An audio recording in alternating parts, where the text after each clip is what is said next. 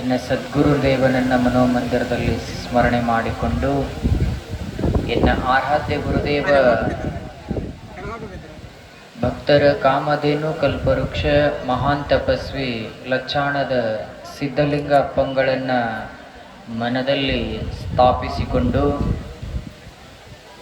ಶ್ರೀಮಠದ ವೈರಾಗ್ಯಮೂರ್ತಿ ಮಹಾನ್ ತಪಸ್ವಿ ಸದಾನಂದ ಶಿವಯೋಗಿಗಳನ್ನ ಮನದಲ್ಲಿ ಸ್ಮರಣೆ ಮಾಡಿಕೊಂಡು ಕ್ಷೇತ್ರದ ಆರಾಧ್ಯ ದೈವನನ್ನ ಹಾಗೂ ಮಹಾಸಾಧ್ವಿ ಬಿಬಿ ಫಾತಿಮಾನನ್ನ ಸ್ಮರಣೆಗೈದು ಈ ಒಂದು ಬಿಬಿ ಫಾತಿಮಾ ಜಾಹೀರಾತ್ ಮಹೋತ್ಸವದ ನಿಮಿತ್ತವಾಗಿ ಹಮ್ಮಿಕೊಂಡಿರತಕ್ಕಂತಹ ಈ ಜಾತ್ರಾ ಮಹೋತ್ಸವದ ವೇದಿಕೆ ಮೇಲೆ ಆಸೀನರಾಗಿರತಕ್ಕಂತಹ ಯಾವತ್ತು ವೇದಮೂರ್ತಿ ಶಂಕರಯ್ಯ ಚಿಕ್ಕಮಠ ಅವರೇ ಹಾಗೂ ವಿಶೇಷವಾಗಿ ಬೆಂಗಳೂರಿನಿಂದ ರಾಜ್ಯಾಧ್ಯಕ್ಷರಾಗಿ ಹಲವಾರು ಕಡೆ ತಮ್ಮದೇ ಆದಂತಹ ಜಾನಪದ ಸಾಹಿತ್ಯವನ್ನು ಉಳಿಸಲಿಕ್ಕೆ ತಮ್ಮೆಲ್ಲ ಜೀವನವನ್ನು ಮುಡಿಪಾಗಿಟ್ಟಿರ್ತಕ್ಕಂತಹ ಡಾಕ್ಟರ್ ಬಾಲಾಜಿಯವರೇ ಹಾಗೂ ನಮ್ಮವರೇ ಆಗಿರ್ತಕ್ಕಂತಹ ಬಾಗಲಕೋಟೆಯ ಬಾಳನಗೌಡ ಪಾಟೀಲ್ ಅವರೇ ಹಾಗೂ ಗ್ರಾಮದ ಹಿರಿಯರಾಗಿರ್ತಕ್ಕಂತಹ ದುಡ್ಡಪ್ಪಣ್ಣವರೇ ಹಾಗೂ ವೇದಿಕೆ ಮೇಲೆ ಉಪಸ್ಥಿತಕ್ಕಂತಹ ಎಲ್ಲ ಹಿರಿಯರೇ ಹಾಗೂ ಈ ಒಂದು ಕಾರ್ಯಕ್ರಮದಲ್ಲಿ ಭಾಗಿಯಾಗಿರ್ತಕ್ಕಂಥ ಯಾವತ್ತೂ ನನ್ನ ಶರಣು ಮತ್ತು ಶರಣೀಯರೇ ಓ ನನ್ನ ಮುದ್ದು ಮಕ್ಕಳೇ, ತಮಗೆಲ್ಲರಿಗೂ ಆತ್ಮೀಯ ಶರಣಾರ್ಥಿಗಳು.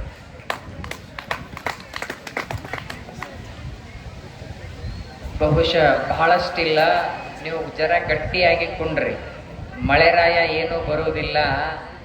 ಮಳೆ ಯಾಕೆ ಬಂದಿದೆ ಅಂತಂದ್ರೆ, ನಾಳಿನ ದಿನ ಸಾಧ್ವಿ ಬಿಬಿ ಫಾತಿಮಾ ಕಾರ್ಯಕ್ರಮವನ್ನ ನಿರ್ವಿಘ್ನವಾಗಿ ಸಂಪೂರ್ಣ ಯಶಸ್ವಿ ಆಗ್ತದೆ ಅನ್ನುವಂತಹದಕ್ಕೆ ನಿದರ್ಶನ ಮೇಘರಾಜನೇ ಕಾರಣ. ಆ ಒಂದು ಸೂಚನೆಯನ್ನ ತೋರಿಸಿದೆ ವಿನಃ ನಮ್ಮ ಕಾರ್ಯಕ್ರಮಕ್ಕೆ ಅಡ್ಡಿಯಾಗಲಿಕ್ಕೆ ಮಳೆ ಬಂದಿಲ್ಲ. ಸೊ ನೀವು ಕೂಡ ಏನೋ ಒಂದು ಶುಭ ಕಾರ್ಯ ಮಾಡ್ತಿರ್ಬೇಕಾದ್ರೆ ಮಳೆ ಬಂದ್ರೆ ಬಹಳ ಚಲೋ ಆಗ್ತದೆ ಅನ್ನುವಂಥದ್ದು. ಅದೇ ನಾವು ಶಕ್ತಿ ಅಂತ ಕರೆಯೋದು. ಅದನ್ನೇ ನಾವು ಏನಂದ್ರೆ ಮಳೆಗೆ ಓಡಿ ಹೋಗ್ತೀವಿ, ಅದು ಓಡಿ ಹೋಗೋದೆಲ್ಲ ನಿಮ್ಮ ಕಾರ್ಯಕ್ರಮ ಯಶಸ್ವಿ ಆಗ್ತದೆ ಅನ್ನುವಂಥದ್ದನ್ನ. ಬಹುಶಃ ನಂದು 3 ತಿಂಗಳ ನಂತರ ಪ್ರಥಮವಾಗಿನೇ ಈ ಕಾರ್ಯಕ್ರಮ, ಅದು ಫಸ್ಟ್ ಬಳೊತ್ತಿಗೆ ಬಂದಿರೋದು. ನಾನು 3 ತಿಂಗಳಿಂದ ನಾಗರತಿನಿಯಲ್ಲಿ ಇರಲಿಲ್ಲ. ನಾನು ಎಲ್ಲಿದ್ದೆ ಅಂದ್ರೆ ಹಿಮಾಲಯದಲ್ಲಿದ್ದೆ. ನಾನು ಅಮಾವಾಸ್ಯವರೆಗೆ ಎಲ್ಲಿ ಹೋಗಬಾರ್ದು, ಆಶ್ರಮದಲ್ಲೇ ಇರ್ಬೇಕಂದ್ಕೊಂಡ್ರೆ ನಮ್ಮ ದುಂಡಾಪ್ ಸೌಕರು ಎಲ್ಲ ಹಿರಿಯರು ಬಂದು ಯಪ್ಪ ನಮ್ಮ ಜಾತ್ರೆಗೆ ನೀವು ಬರ್ಬೇಕ್ರಿ ಅಂತ. ಹೋದ ವರ್ಷ ಗವಿಸಿದ್ದೇಶ್ವರರು ಬಂದಿದ್ದನ್ನ ನಾನು ಅನುಷ್ಠಾನದಲ್ಲಿ ಇದ್ದಾಗ ನೋಡಿದ್ದೆ. ಆದರೆ ಆ ಒಂದು ಸೌಭಾಗ್ಯ ಈ ವರ್ಷ ನನಗದರಲ್ಲಿ ಭಾಗಿಯಾಗಲಿಕ್ಕೆ ಆ ಸಾಧ್ವಿನೇ ಕಾರಣ ಅನ್ನುವಂಥದ್ದನ್ನು ಹೇಳ್ತೇನೆ. ಈ ಒಂದು ಎಂತಹ ಅದ್ಭುತವಾಗಿ ಶಕ್ತಿ ಇದೆ ಅಂತ ಕೇಳಿದರೆ, ಈ ಫಾತಿಮಾ ಜಾತ್ರಾ ಮಹೋತ್ಸವಕ್ಕೆ ಸುಮಾರು ನೀವೆಲ್ಲ ಆ ಪವಾಡವನ್ನು ನೋಡಿದ್ದೀರಿ. ಆದರೂ ನಿಮಗೆ ನಾನು ಸ್ಮರಣೆ ಮಾಡಿದ್ದು ಕೊಡ್ತೀನಿ ಅಷ್ಟೇ. ಈ ಒಂದು 8-10 ವರ್ಷದ ಹಿಂದೆ ನಾವೇನು ಈ ಮೊಹರಮದ ಡೋಲಿಯನ್ನ ಮಾಡ್ತೀವಿ, ಈ ಡೋಲಿಯನ್ನ ನಾವು ಹೊಳೆಗೆ ತೆಗೆದುಕೊಂಡು ಹೋಗಿ ಮರಳಿ ತರ್ತಿರ್ತೀವಿ ಪೂರ್ವದಲ್ಲಿ. ಆದರೆ ಒಂದು ಸಾರಿ ಇದನ್ನ ಅಲ್ಲೇ ಹೊಳೆಯಲ್ಲಿ ಇಟ್ಟು ಅಲ್ಲೇ ನೀರಲ್ಲಿ ಮುಳುಗಿಸಿದ್ರು. ಸುಮಾರು 6 ವರ್ಷದ ಪರ್ಯಂತ ಅದು ನೀರಲ್ಲಿನೇ ಇತ್ತು. ಅವಾಗ್ಲೂ ಕೂಡ ನೀವು ಜಾತ್ರೆ ಮಾಡಿದ್ದೀರಿ. ಅದು ಡೋಲಿ ಎಲ್ಲಿವರೆಗೆ ನೀರಲ್ಲಿತ್ತೋ ಈ ಜಾತ್ರೆ ಒಳಗೆ ಅನಾಹುತವನ್ನ ಸಂಭವಿಸ್ತಿತ್ತು. ಇದು ಎಲ್ಲ ನೀವು ಹಿಂದಿನ ಹಿರಿಯರು ನೋಡಿದ್ದಾರೆ, ಈಗಿನ ಯುವಕರು ನೋಡಿದ್ದಾರೆ. ಯಾವಾಗ ಒಬ್ಬರ ಪ್ರೇರಣೆ ಮುಖಾಂತರವಾಗಿ ಆ ಡೋಲಿಯನ್ನ ಮರಳಿ ತೆಗೆದ್ರೆ ಮಾತ್ರ ಇದು ಅನಾಹುತ ನಿಲ್ಲುತ್ತದೆ ಅಂದಾಗ, ನೀರಲ್ಲಿ ಕಟ್ಟಿಗೆ ಬರೀ 1 ತಿಂಗಳ ಇಟ್ಟಿದ್ರೆ ಆ ಕಟ್ಟಿಗೆ ಎಲ್ಲ ಕೊಳತೋಗುತ್ತೆ. ಆದರೆ ಈ ಡೋಲಿ 6 ವರ್ಷ ಸುಮಾರು 50 ಫೀಟ್ ಕೆಳಗಡೆ ಇದೆ. ಚಾಕೋಲ್ ಹತ್ರ ನೀವು ಎಲ್ಲ ನೋಡಿದ್ದೀರಿ. ಆದರೆ ಒಂದಿಷ್ಟು ಡೋಲಿಗೇನು ಆಗಿರ್ಲಿಲ್ಲ. ಅದೇ ಸಾಧ್ವಿ ಫಾತಿಮಾನ ಶಕ್ತಿ ಅನ್ನುವಂಥದ್ದನ್ನ ನಿಮಗೆಲ್ಲ ಗೊತ್ತಿರಲಿ ಶರಣ ಬಂಧುಗಳೇ. ಈ ಬದುಕು ಯಾಕಂದ್ರೆ ಈ ಮೊಹರಂ ಅನ್ನುವಂತಹ ಜಾತ್ರೆ ಇಡೀ ಸುತ್ತೆಲ್ಲ ನಾವು ನೋಡ್ತೀವಿ. ಒಂದು ಡೋಲಿ ಮಾಡ್ತಾರೆ, ದೇವರನ್ನ ಖತಾಲ್ ಅಂತ ಮಾಡಿ ಮತ್ತೆ ದೇವರನ್ನ ಹೊಳೆಗೆ ಬಿಡುವಂತಹದ್ದು. ಇದರ ನಿಮಿತ್ತ ಏನು ಅಂದ್ರೆ, ದೇವರನ್ನ ಖತಾಲ ಮಾಡಿ ಹೊಳೆಗೆ ಬಿಡುವುದಲ್ಲ, ನಾವು ಜಾತ್ರೆಯಲ್ಲಿ ಭಾಗಿಯಾಗಿ ಮೊಹರಂ ಅನ್ನ ಆಚರಣೆಯಾಗಿ ಬಹುಶಃ ಇಲ್ಲಿ ಅಗ್ನಿಕುಂಡ ನಾಳೆ ಹೂಡ್ತಿರಬಹುದು. ಅಗ್ನಿಯನ್ನ ಪುಟವನ್ನ ಮಾಡಿ ಅದರಲ್ಲಿ ಹಾಯ್ತೀವಿ ನಾವು. ಅದರ ಸಂಕೇತ ಏನು ಕೊಡುತ್ತದೆ, ಅದರಿಂದ ನಮ್ಮ ಬದುಕಿನಲ್ಲಿ ನಾವು ಏನು ಕಲಿಬೇಕು ಅಂತಂದ್ರೆ, ಆ ಅಗ್ನಿಯನ್ನೆಲ್ಲ ಸುಟ್ಟು ಅದು ಬೂದಿಯಾಗಿ ತನ್ನನ್ನ ತಾನು ಸುಟ್ಟುಕೊಂಡು ಇನ್ನೊಬ್ಬರಿಗೆ ಬೆಳಕನ್ನ ಹೇಗೆ ಕೊಡುತ್ತದೋ, ಈ ಮೊಹರಮ್ಮದಲ್ಲಿ ಭಾಗಿಯಾಗಿ ನಮ್ಮಲ್ಲಿರ್ತಕ್ಕಂತಹ ಎಲ್ಲ ಕಲ್ಮೋಷವನ್ನ, ದುಶ್ಚಟಗಳನ್ನ, ದುಷ್ಟಗುಣಗಳನ್ನ, ಈ ಷಡ್ವರ್ಯ ಕಾಮ, ಕ್ರೋಧ, ಮೋಹ, ಮದ, ಮತ್ಸರ, ಲೋಭ ಅನ್ನತಕ್ಕಂಥದ್ದೇನಿದೆ ಈ ಜಾತ್ರೆಯಲ್ಲಿ ನಾವು ಬಿಟ್ಟು, ಅಂದ್ರೆ ದೇವರನ್ನ ಕರೆದುಕೊಳ್ಳೋದು, ದೇವರನ್ನ ಹೊಳೆಗೆ ಬಿಡೋದಂತಂದ್ರೆ ನಮ್ಮಲ್ಲಿರ್ತಕ್ಕಂಥ ಅವನ ಗುಣವನ್ನ ಮಾಡಿ ಈ ಮಂದವಾದ ಬುದ್ಧಿಗೆ ಶುದ್ಧವಾಗಿ ಮಾಡುವಂತಹದೇ ಇದು ಮೊಹರಮ್ಮ ಅನ್ನುವಂತಹದನ್ನ ತಮಗೆಲ್ಲ ಗೊತ್ತಿರಲಿ. ಅದೇ ತರನಾಗಿ ಈ 10 ದಿನ ಸಾಕಷ್ಟು, ನಾಳಿನ ದಿನ ಇಡೀ ನಮ್ಮ ಬಿಜಾಪುರ ಜಿಲ್ಲೆ ಒಳಗಡೆನೆ ಏಕೈಕ ಜಾತ್ರೆ, ಭಾವೈಕ್ಯ ಜಾತ್ರೆ. 10-15 ಸಾವಿರ ಜನರನ್ನ ಒಗ್ಗೂಡಿಸಿಕೊಂಡು ಯಾವುದೇ ಒಂದು ಕೃತ್ಯವನ್ನ ಆಗದೇನೆ, ಯಾಕಂದ್ರೆ ನೀವು ಎಲ್ಲಾ ದರ್ಗಾದೊಳಗೆ ನೋಡಿದ್ದೀರಿ, ಅಲ್ಲಿ ಹಸಿರು ಜೆಂಡೆಯನ್ನು ಇರುತ್ತದೆ. ಆದರೆ ಒಂದೇ ಒಂದು ಗ್ರಾಮದಲ್ಲಿ ಕೇಸರಿ ಭಾವೈಕ್ಯತೆ ಸಂಕೇತ ಎಲ್ಲಿ ಇದೆ ಅಂತ ಕೇಳಿದ್ರೆ ಅದು ಬಳುತಿಯ ದರ್ಗಾದಲ್ಲಿದೆ ಅನ್ನುವಂತಹದನ್ನ ತಾವು ಪ್ರತ್ಯಕ್ಷವಾಗಿ ನೋಡ್ತಾ ಇದ್ದೀರಿ. ಇದು ಏನು ತೋರಿಸಿಕೊಡ್ತದೆ ಅಂತಂದ್ರೆ, ನಮ್ಮನ್ನೆಲ್ಲ ಒಂದಾಗಿ ಬಾಳ್ವೆ ಮಾಡುವಂತಹ ಬದುಕನ್ನ ನಾವು ಮಾಡೋದಾಗ್ಬೇಕು. ಬರೀ ಜಾತ್ರೆಯನ್ನ ಮಾಡಿ ಮನೆಗೆ ಪ್ರಸಾದವನ್ನು ತಗೊಂಡು ಹೋಗೋದಲ್ಲ, ಇಲ್ಲಿಯ ಅನುಭವವನ್ನು ಕಲಿತುಕೊಂಡು ಈ ನಮ್ಮ ಬದುಕು ಸುಂದರವಾಗಿ ಮಾಡಿಕೊಳ್ಳಬೇಕು ಅನ್ನುವಂತಹದ್ದು ಈ ಜಾತ್ರೆಯ ಸಂಕೇತವಾಗಿದೆ. ಈ ಹಾಗೆ ಜಾತಿ ಭೇದವನ್ನ ಮರೆತು ನಾವೆಲ್ಲರೂ ಈ ಒಂದು ಕಾರ್ಯಕ್ರಮವನ್ನ, ಬಹುಶಃ ಇದು ಒಂದೇ ಅಲ್ಲ, ನಾವು ರಾಮನ ಪ್ರತಿಷ್ಠಾಪನೆಯನ್ನ ಮಾಡ್ತಾ ಇರಬೇಕಾದ್ರೆ ಅಯೋಧ್ಯೆಯ ಯಾವಾಗ ಉದ್ಘಾಟನೆ ಇತ್ತೋ ಅವತ್ತು ಅದೇ ಸಮಯಕ್ಕೆ ನಾವು ಮಂತ್ರ ಜಪವನ್ನ ಇದು ಬಳುತಿ ಗ್ರಾಮದಲ್ಲಿ ಮಾಡಿದಾಗ ಅಲ್ಲಿ ಬರೀ ನಮ್ಮ ಹಿಂದೂ ಮಾತ್ರ ಇರಲಿಲ್ಲ, ಇಲ್ಲಿಯ ಎಲ್ಲವನ್ನು ಬಾಂಧವ್ಯವನ್ನವಾಗಿ ಆ ರಾಮನ ಒಂದು ಉದ್ಘಾಟನೆಯ, ಆ ರಾಮನ ಮೂರ್ತಿ ಪ್ರತಿಷ್ಠಾಪನೆಗೆ ನಮ್ಮ ಬಳುತಿ ಗ್ರಾಮದ ಭಾವೈಕ್ಯತೆನೂ ಕೂಡ ಆ ಒಂದು ಕಾರ್ಯಕ್ರಮ ಹಿಂದೆನೂ ತೋರಿಸಿತ್ತು. ಇದು ಪ್ರತಿ ವರ್ಷ ಮೊಹರಮ್ಮನ್ನು ತೋರಿಸ್ತಾ ಇದೆ. ಹಾಗೆ ಈ ಒಂದು ಬದುಕು ಸುಂದರವಾಗಲಿಕ್ಕೆ ಇದು ಏನ್ ಮಾಡಬೇಕು ಅನ್ನುವಂತಹದನ್ನ ಜಾತ್ರೆ ನಮಗೆ ಸಂಕೇತ ಮಾಡ್ತಾ ಇದೆ. ನಾನು ಬಹಳಷ್ಟೇನು ಹೇಳಲ್ಲ, ಒಂದು 10 ನಿಮಿಷ ಒಂದು ದೃಷ್ಟಾಂತವನ್ನ ಹೇಳಿಬಿಡುತ್ತೇನೆ ನಿಮಗೆ. ಈ ಬದುಕು ಸುಂದರವಾಗಿರ್ಬೇಕಾದ್ರೆ ನಾವು ಏನ್ ಮಾಡಬೇಕು? ನಾವೆಲ್ಲ, ನಮಗೆ ಇವತ್ತಿಗೆ ಅನ್ನದ ಕೊರತೆ ಇಲ್ಲ, ನಮಗೆ ಹಣದ ಕೊರತೆ ಇಲ್ಲ, ನಮಗೆ ಆಸ್ತಿ ಅಂತಸ್ತಿನ ಕೊರತೆ ಇಲ್ಲ. ನಾವು ಯಾರೋ ನಮ್ಮ ಮನೆಗೆ ಬಂದರಂದ್ರೆ ನಾವು ದಾನ ಮಾಡುವಂತಹ ಸೌಭಾಗ್ಯವನ್ನ ಭಗವಂತ ಕೊಟ್ಟಿದ್ದಾನೆ ಪ್ರತಿಯೊಬ್ಬರಿಗೆ. ಇವತ್ತು ಬಡವನು ಇರಬಹುದು, ಶ್ರೀಮಂತನೂ ಇರಬಹುದು. ಯಾವನೋ ಒಬ್ಬ ಹಸಿದು ಬಂದಿದ್ದಾನಂದ್ರೆ ಯಾರೂ ಹಳ್ಳಿ ಕಳಿಸೋದಿಲ್ಲ, ಸಿಟಿಯಾಗಿ ಕಳಿಸ್ತಾರೆ, ನಮ್ಮ ಹಳ್ಳಿಯಾಗ ಯಾರು ಕಳಿಸೋದಿಲ್ಲ. ಆದರೆ ನಮಗೆಲ್ಲ ಕೊರತೆ ಏನಾಗಿದೆ ಅಂತಂದ್ರೆ, ನಮಗೆ ಶಾಂತಿಯ ಬದುಕನ್ನ ಮಾಡಲಿಕ್ಕೆ ಮಾತ್ರ ಸಾಧ್ಯ ಆಗ್ತಾ ಇಲ್ಲ. ಆ ಶಾಂತಿಯನ್ನ ನಮಗೆ ಹೇಗೆ ಸಿಗ್ತದೆ? ಒಬ್ಬ ರಾಜ ಅವನಿಗೆ ಪ್ರತಿನಿತ್ಯ ಈ ಕ್ಷೌರ್ಯ ಮಾಡುವವರು ಇದಾರಲ್ಲ, ಆ ಕ್ಷೌರ್ಯವನ್ನ ಮಾಡುವವರು ಅವನಿಗೆ ಬಂದು ಮಾಡುತ್ತಿದ್ದ. ಬಹಳ ಮಸ್ತಾಗಿದ್ದ ಆತ, ಬಹಳ ಖುಷಿಯಾಗಿ ಸಂತೋಷವಾಗಿ ನೆಮ್ಮದಿಯಿಂದ ಬದುಕನ್ನ ಮಾಡ್ತಿದ್ದ. ಆ ಬದುಕನ್ನ ಮಾಡ್ತಿರ್ಬೇಕಾದ್ರೆ ಅವನ ಆನಂದವನ್ನ ನೋಡಿ ಆ ರಾಜನಿಗೆ ಅನಿಸ್ತದೆ, ನನ್ನ ಹತ್ರ ಸಾವಿರಾರು ಸೈನಿಕರಿದ್ದಾರೆ, 10 ಮಂತ್ರಿಗಳಿದ್ದಾರೆ, ಸಾಕಷ್ಟು ಒಡವೆ ಆಭರಣಗಳಿದೆ, ಸಂಪತ್ತಿಗೇನು ಕೊರತೆ ಇಲ್ಲ. ಆದರೆ ಈತನ ಹತ್ರ ಏನೂ ಇಲ್ಲ. ಆದರೂ ಈತ ಎಷ್ಟು ನೆಮ್ಮದಿಯಾಗಿ ಬದುಕು ಮಾಡ್ತಾ ಇದ್ದಾನಲ್ಲ, ಈ ಸಂತೋಷಕ್ಕೆ ಬದುಕನ್ನ ಮಾಡಲಿಕ್ಕೆ ಕಾರಣವೇನು ಅಂತ ರಾಜನಲ್ಲಿ ಚಿಂತೆ ಆಯ್ತಿದ್ರು. ಯಾವಾಗ ಆ ರಾಜನಲ್ಲಿ ಇವನ ಶಾಂತಿಗೆ ಕಾರಣವಾಗಿರ್ತಕ್ಕಂಥದ್ದು ಏನಿದೆ ಅದನ್ನ ಕಂಡು ಹಿಡಿಬೇಕಂತ ಹೇಳಿ ಮಂತ್ರಿಗೆ ಕರೆದಂತಾನೆ, ಮಂತ್ರಿ ಇಲ್ಲಪ್ಪ, ನನ್ನ ಹತ್ರ ಎಷ್ಟೆಲ್ಲ ಇದೆ, ಆದರೆ ಆ ಕ್ಷೌರಿಕವನ್ನ, ಅವನಂತಹ ಆನಂದ ಬದುಕು ಮಾಡಲಿಕ್ಕೆ ನನಗಾಗ್ತಾ ಇಲ್ಲ. ಅವನ ಹತ್ರ ಚೆನ್ನಾಗಿರೋ POP ಮನಿ ಇಲ್ಲ, ಅವನ ಹತ್ರ ಏನು ಶೌಕೇಶ್ ಇಲ್ಲ, ಆದರೆ ಒಂದು ಗುಡಿಸಲಲ್ಲಿದ್ದಾನೆ, ಎಷ್ಟು ಮಸ್ತಾಗಿ ಬದುಕು ಮಾಡಾಕತ್ತಾನಲ್ಲ. ಆದ್ರೆ ಆ ರಿಸರ್ಚ್ ಮಾಡಬೇಕು, ಅದು ನನಗೂ ಜರ ಅದನ್ನ ತಿಳಿಸಿಕೊಡು, ಅದಕ್ಕೆ ಕಾರಣ ಏನು ಅಂತ ಮಂತ್ರಿಗೆ ಕೇಳ್ತಾನೆ.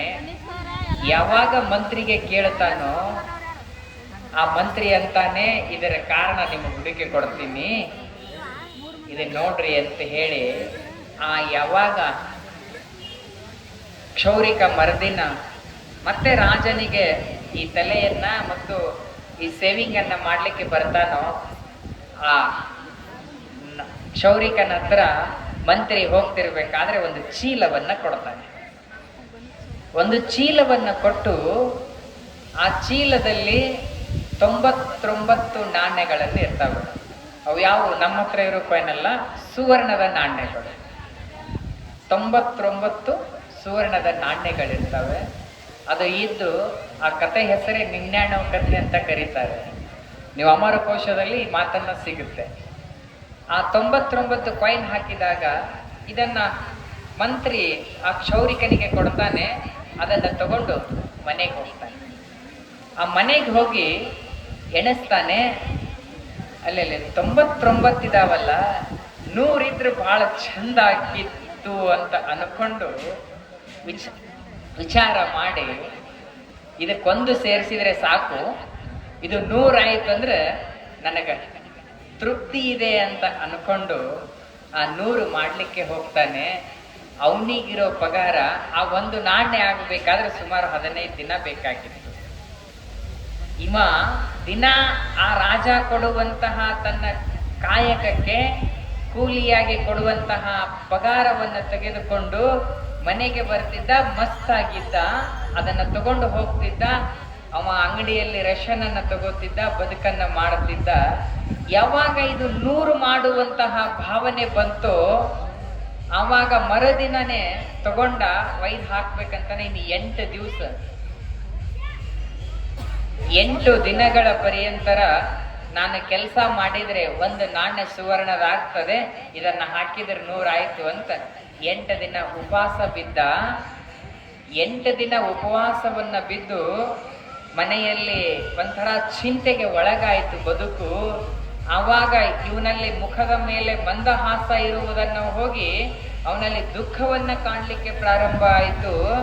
ಆವಾಗ ರಾಜನ ಹತ್ರ ಮತ್ತೆ ಕ್ಷೌರ್ಯ ಮಾಡ್ಲಿಕ್ಕೆ ಬರ್ತಾನೆ. ಬಂದಾಗ ರಾಜ ನೋಡ್ತಾನೆ, ಏನಾಯ್ತು, ಹಿಂಗೆ ಹಾಕಿದ್ದಿ, ದಿನ ಎಷ್ಟು ಪ್ರಸನ್ನತೆಯಿಂದ ಬರ್ತಿದ್ದಿ, ಇವತ್ತೇನಾಯ್ತು ಅನ್ನುವಂತಹದನ್ನ ಕೇಳಿದಾಗ ಅದೇನಿಲ್ಲ ಹೇಳ್ರಿ ರಾಜರೇ, ನಾನು ಪಟ್ನೆ ನಿಮ್ಗೆ ಕೆಲಸ ಮಾಡಿ ಮುಂದೆ ಹೋಗ್ಬೇಕು ಅಂತ. ಯಾಕೆ ಇಷ್ಟ್ಯಾಕೆ ಅರ್ಜೆಂಟ್ ಮಾಡಾಕತ್ತಿ ಅಂತ ಕೇಳಿದ್ರೆ, ಇಲ್ಲ ನನಗೆ ಒಂದು ನಾಣ್ಯ ಜೋಡಿಸೋದಿದೆ. ಅವಾಗ ರಾಜನಿಗೆ ಆಶ್ಚರ್ಯ ಆಗ್ತದೆ, ಇಲ್ಲಿವರೆಗೆ ಈ ಮಾತು ಹೇಳಿರ್ಲಿಲ್ಲ, ಇವತ್ತ್ಯಾಕೆ ಈ ಮಾತು ಇವನಲ್ಲಿ ಬತ್ತು ಅಂತ ವಿಚಾರ ಮಾಡಿ ಅವಾಗ ಅಂತಾನೆ ಆ ಮಂತ್ರಿಗೆ ಕರೆದು ಕೇಳ್ತಾನ, ಅಲ್ಲೋ ಎಷ್ಟು ಖುಷಿಯಾಗಿ ಬದುಕು ಮಾಡುತ್ತಿದ್ದ, ಅವನಲ್ಲಿ ಎಂದೂ ನಾನು ದುಃಖ ಕಂಡಿಲ್ಲ, ಇವತ್ತ್ಯಾಕೆ ದುಃಖ ಪ್ರಾರಂಭ ಆಯ್ತು ಅಂತಂದಾಗ ಅವಾಗ ಅಂತಾನ, ರಾಜರೇ ಅದು ಆ ದುಃಖ ಅಲ್ಲ, ಅದು ಬಂಡವಾಳ ಮಾಡೋ ದುಃಖ. ಅವನಿಗೆ ದುಃಖಕ್ಕೆ ಕಾರಣ ಏನಂದ್ರೆ ನಾನು 99 ನಾಣ್ಯಗಳನ್ನು ಕೊಟ್ಟಿದ್ದೆ, ಅವ 100 ಮಾಡ್ಲಿಕ್ಕೆ ಹೋಗಿ ಬದುಕನ್ನ ಹಾಳು ಮಾಡಿಕೊಂಡಿದ್ದಾನೆ ಅಂದಾಗ ಅವಾಗ ಆ ನಾಣ್ಯಗಳಂತಂದು ಕ್ಷೌರ್ಯ ಆ ಮಂತ್ರಿಗೆ ಕೊಡ್ತಾನೆ. ಮತ್ತೆ ಯಥಾಸ್ಥಿತಿ ಸುಖಿಯಾಗಿ ಬದುಕ್ತಾನೆ. ಇದರ ತಾತ್ಪರ್ಯ ಏನು ಅಂದ್ರೆ ಶರಣ ಬಂಧುಗಳೇ, ಇದು ಆ ಕ್ಷೌರಿಕನ ಕಥೆಯಲ್ಲ, ಇದು ನಮ್ಮದೇ ಕಥೆ. ನಾವು ಕೂಡ ಈ ವರ್ಷ ಒಂದು ಚಂದಾಗಿ 50 ಟನ್ 100 ಟನ್ ಕಬ್ಬು ಬೆಳೆದೀವಂದ್ರೆ ತೃಪ್ತಿ ಹೊಂದುತ್ತಾ ಇಲ್ಲ. ಇರೋ ಆನಂದವನ್ನ ಕಳೆದು ಮತ್ತು ಮುಂದೆ 200 ಟನ್ ಬೆಳಿಬೇಕಂತ ಈ ಒಂದು ಮನೆ ಕಟ್ಸಿದೀವಿ ಅಂತ ಹೇಳಿ ನಮಗ ಸಂತೃಪ್ತಿ ಇಲ್ಲ.